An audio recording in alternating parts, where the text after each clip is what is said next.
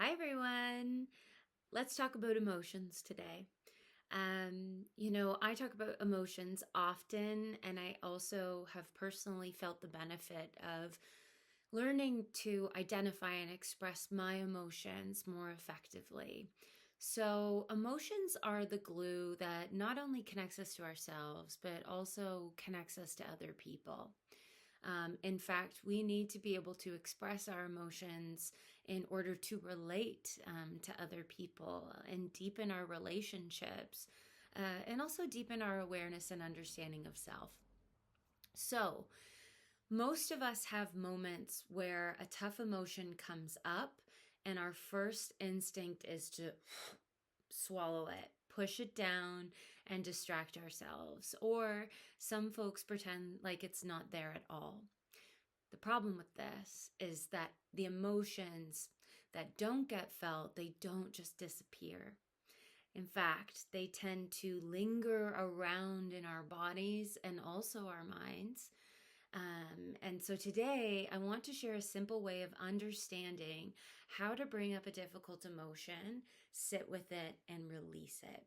And so, a lot of times in my practice, I will tell folks that they need to sit in the discomfort and not try too fast, too hard to change it. And that can be very jarring for people. I get that myself as well. However, there's a purpose to sitting in the discomfort, and that is so we can release. So that's what I want to talk a little bit about today. So, why do we bring up emotions? Emotions are like signals. They hold information about what matters to us, what our experiences in the world have been. They give us a framework of what's left to be worked on the path in which we're on. So if we are avoiding this, we miss the chance and the opportunities to learn, grow, and to actually clear out some of our storage locker.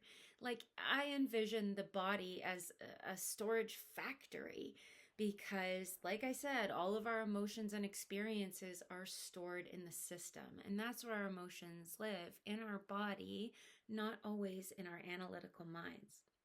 So, we need to learn to let them pass through us.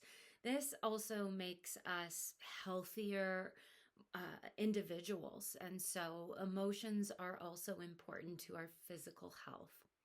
So, bringing an emotion into awareness is the first step to healing.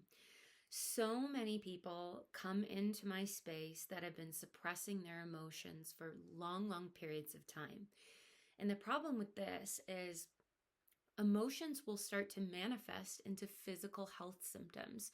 So, a lot of folks come in with chronic pain that they can't explain, or certain physical mobility issues that once we start to do some of the healing work together, start to naturally improve. And so, emotions are important to your health and your well being. I also work with a lot of folks who work so hard to suppress emotions, who then experience more significant mental health and addiction issues. And so, again, once we start to focus on healing the emotional states of being, naturally, I see a lot of people's problematic behaviors start to decline. So, there's definitely something in here for being able to sit with and release emotions. So, that's why we bring up emotions in therapy. What does it mean to actually sit with an emotion? So I get mixed reactions surrounding this, but we can grow through our discomfort.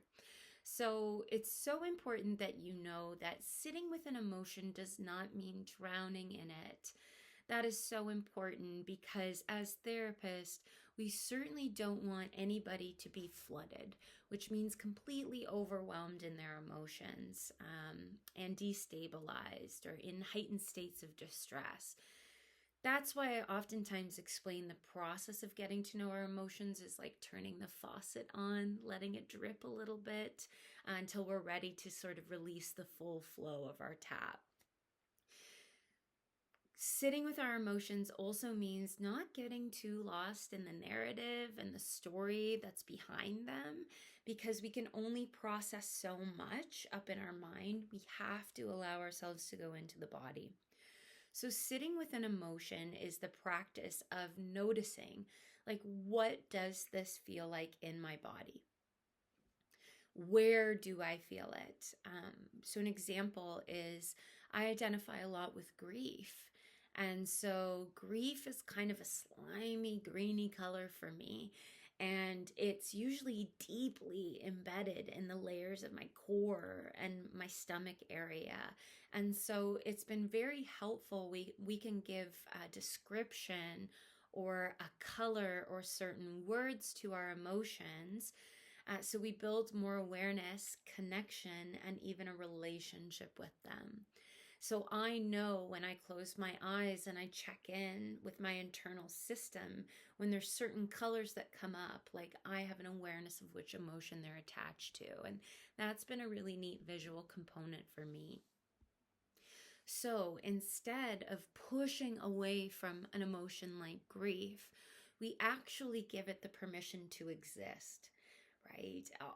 All of our emotions, although some are comfortable and some are uncomfortable, none of them are bad. They're actually very important to who we are as individuals, and they reflect our capacity to feel, which is part of our human condition. Okay, so how do we release emotions? When we allow our emotions to be felt, they usually shift on their own. So, this is not a complicated practice. You don't have to complete all of this training and years in therapy in order to give yourself permission to do this. So, emotions will shift on their own. Sometimes, what this looks like is like allowing, as an example, your grief to be present and then deciding to breathe through it, like elicit the grief up and then push the grief out through your breath. Sometimes it means sitting with sadness and frustration and allowing yourself to cry, because when we cry, we actually release endorphins, and that's how we process emotions too. So if you are a person that holds yourself back from crying, I certainly want to challenge that, because we all need to have that process. It's so healthy for us. And I know that a lot of men that I work with in my practice struggle to give themselves permission to cry. So, permission granted and encouraged. So, releasing, it doesn't mean erasing the emotion, but it means letting it actually flow through our system instead of holding on to it tightly. In fact, part of my training along the way has been this information that sometimes when we swallow and suppress our emotions for too long, that's when they're manifesting and becoming physical health symptoms, illnesses, sicknesses, inflammation, chronic issues. And so sometimes that's an indication that there's been long time suppression. Remember that we can also sigh through our emotions. Sighing is a great method of releasing and provides relief to our central nervous system, as does laughter. And sometimes we sit in the ridiculousness of the intensity of our emotions and find some laughter in releasing, or laughter in the love that we can feel in our grief. So how people sit with and release can look very different for each of us. So finding your flow and finding your practice is so important. So the next time a difficult emotion starts to surface, instead of pushing it down, try this. Find a space where you feel comfortable having a few moments to yourself. Notice the emotion. Sit with it for a moment, add a visual color, a word, identify where it is in the body, and then allow it to move through you. So as an example, sometimes I, feel anxious, and for me, it can get really wedged in my chest or my throat. And so I just want to release it up and out of my system, not swallow it down. And so notice it, sit with it for a moment. Allow it to start to move through your body. Release it through your breath, through your hands or your feet, where we discharge a lot of energy. And remember that your emotions are energy in motion. And so the more we let them flow, the less power they have to weigh us down.